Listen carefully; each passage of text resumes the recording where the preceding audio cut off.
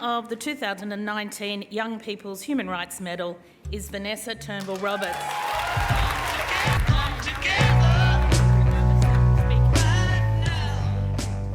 Good afternoon, everybody. Just like to introduce, where's my nephew? Where is he? Come. He's shy. Hey. The most important person here right now for me. Good afternoon. My family and the table over there actually were like, you should write some notes down. I was like, no, there's no need. I'm not going to need notes for this because it was a true surprise to be nominated, yet alone the winner for this award. So I first and foremost just want to take the time to acknowledge the traditional custodians of this land, and I want to pay my respects to our elders, both past, present and future, for they hold the memories, hopes and traditions of this country. I want to acknowledge the Gadigal warriors, the Gadigal fighters, the Gadigal healers. We are on Gadigal country right now. And for those who are feeling a little bit uncomfortable in their privilege, this was, and always will be Aboriginal land. So please don't forget that.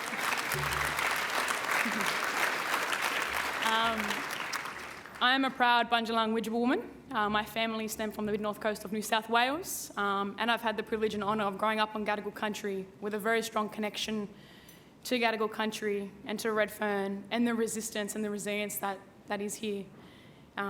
It's something that's not going anywhere, and it's something that we, as young people and as younger people and as adults, we must continue to remember to continue fighting at that front line.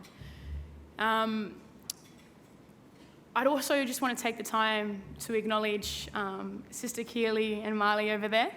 I think it's extraordinary that First Nations people are being recognised, but I also think it's important to acknowledge the First Nations people that aren't here. They're the First Nations people that we've lost to out-of-home care. They're the First Nations people that are imprisoned right now.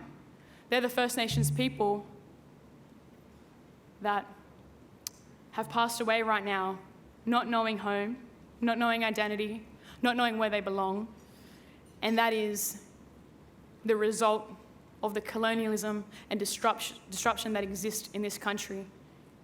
And a lot of people here think we're in a time where we're improving the system, we're in a time where it's working, but this system does not work. It does not work for our kids in care. It does not work for our kids who are incarcerated. And it does not work for our elders who continue to be subject to the pain and oppression of what this country is built on. So whilst we're all here today and I acknowledge how beautiful this event is, my mind and my spirit can't help but think of those young people that aren't here. The fact that my nephew is here right now is the odd to that.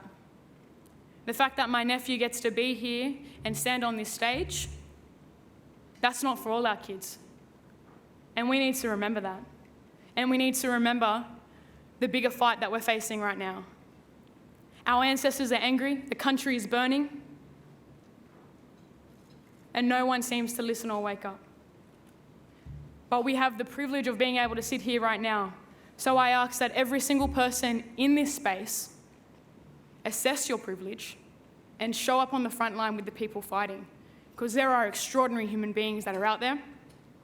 There are extraordinary black people that are out there on the front line doing extraordinary community activities. And we need to amplify those voices and we need to raise those voices, because those voices have been silenced for too long. And the odds say for my nephew that he should be incarcerated before he should even make it past U9. And I refuse, as a proud Bundjalung Widjabul woman, to make sure he is not incarcerated, to make sure he knows that he can do whatever he wants to do whenever he wants to do it. Whether it's academia, whether it's frontline activism, whether it's a scientist, whether it's the person that discovers the answers. He has that opportunity. Because as First Nations people,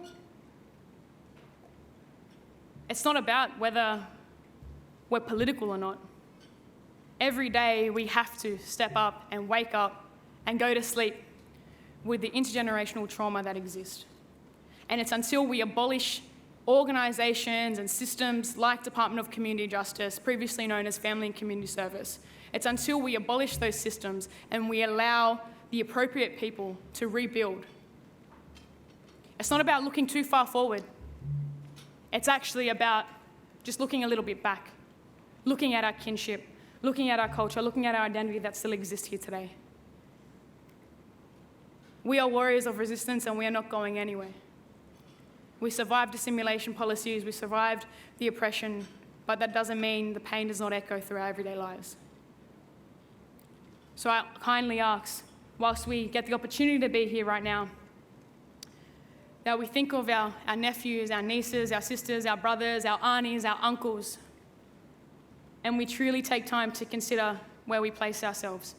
When there's public demonstration happening out there on the streets, show up. Because there are too many bodies, lives, and lands that are taken. I want to also, just before I conclude, because I'll yarn for too long, I want to acknowledge all the other finalists that have been here. Acknowledging the class action that was taken against Housing Commission. That's happening everywhere. I remember growing up as a kid seeing my own mother fight that system as an individual. So when I hear extraordinary class action movements that are happening, that's exactly where it's at. And it's about class action. It's about applying pressure. It's about our lawyers, our psychologists, our scientists, our teachers, our healers, our protectors, our truth tellers, and our visionaries to actually start showing up, sharing that, creating that space. This wasn't always will be First Nations lands and countries throughout these waters, and I hope you all remember that. Thank you, guys. You want to say something?